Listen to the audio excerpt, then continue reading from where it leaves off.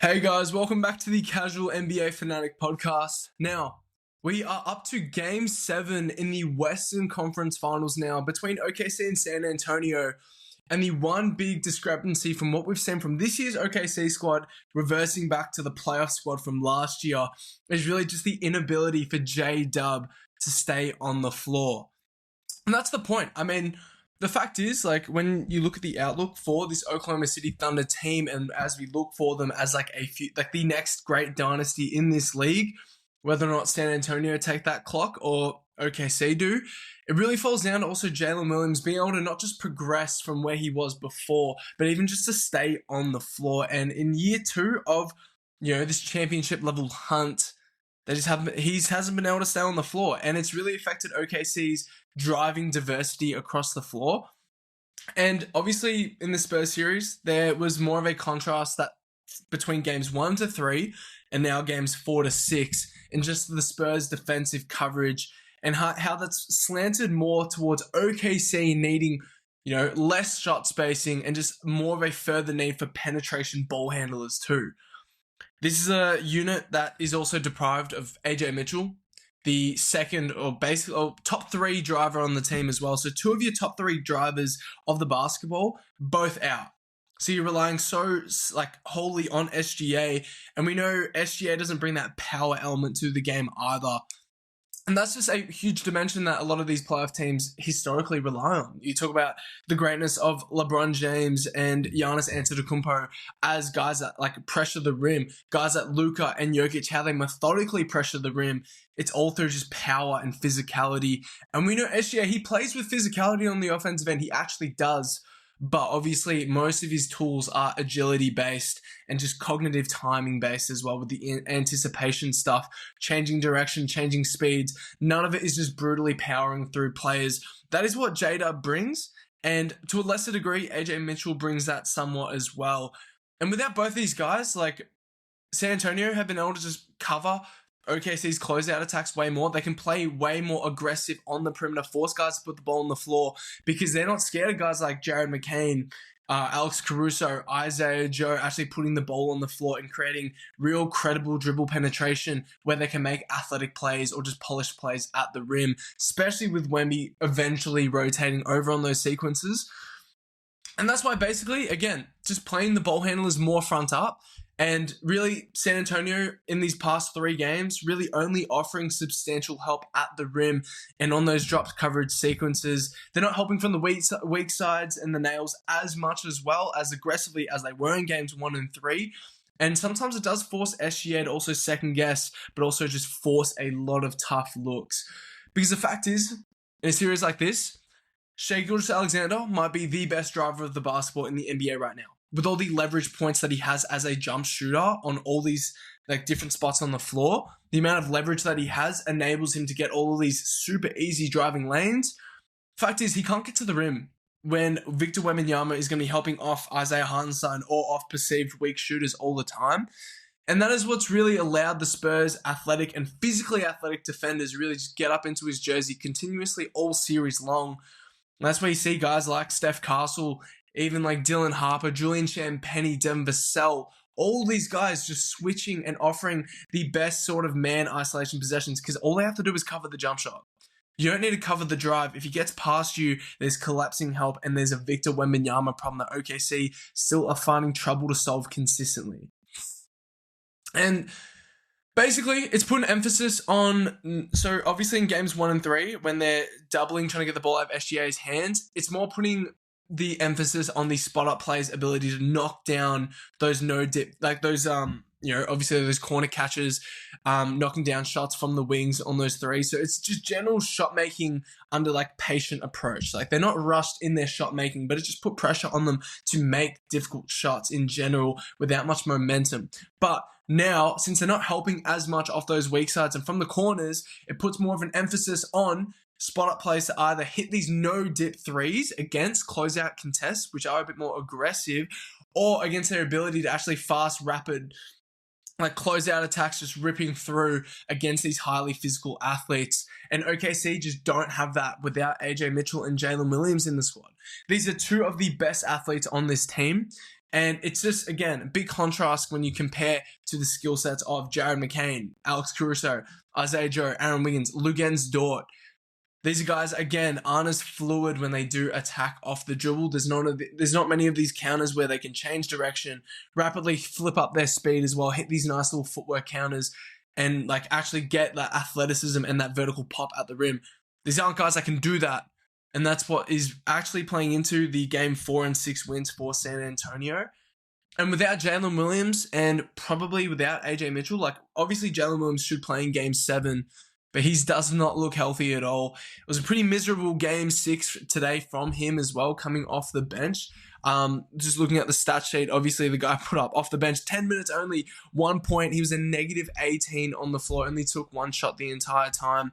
Completely out of rhythm, completely out of sorts there in terms of just the actual just polish as well. There's a ton of rust, even just with basic things like his handle.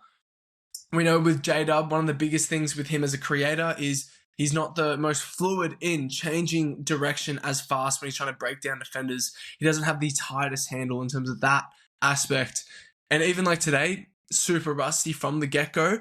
And it's just exposing a lot of flaws for OKC's ability to generate floor-raising offense. Obviously, that's what they're doing. Obviously, San Antonio making it more of a floor-raising battle. They have physical advantages in the half court. And in these lineups where OKC is jagged with their like roster personnel, they have more consistent offensive skill and offensive talent on the floor. When you have guys like Victor, Champagny, and Vassell hitting from the corners as well. You have guys like Steph Castle, Dylan Harper. Obviously, De'Aaron Fox hasn't been good this series, but he still gives you that ball handling outlet as well. And that's why dragging it down to a floor-raising battle, letting SGA go one-on-one, and restricting as many of those wide-open looks that they were giving up clearly in the first 3 games. And obviously, SGA was generating those wide-open catch-and-shoot threes at the most elite level that you would ask for a pure scorer. But they've completely shut that tap off at a consistent level. And it's just the difference when AJ and JDub aren't there. Like, what's important with those 2 guys is that they also give you like different dynamics. I talked about how they give more of the power dynamic than what SGA gives you. JDub though, he is the pure power dynamic guy. The guy with all the stride and the release point length as well on that 7'2" wingspan. Just a ton of power coming from his hamstrings. Obviously the hamstrings are what are like hampering him right now. But he offers a power dynamic that SGA doesn't have as much. The one direction bolting speed. And then AJ Mitchell on the other hand, it's more of that quick low center of gravity agility mix. Again, that low center of gravity that he can distribute that power as well. And just the fluidity of his movement changes. That is what AJ Mitchell brings as well. But he brings a little more power again when he is lower to the ground because he can attack players through their base and open up their hips a lot more easier. And that's why, again, the floor-raising battle for OKC has never looked pretty because they don't have a Nikola Jokic, they don't have a Luka Doncic, a LeBron, or a Giannis, or a Kawhi Leonard.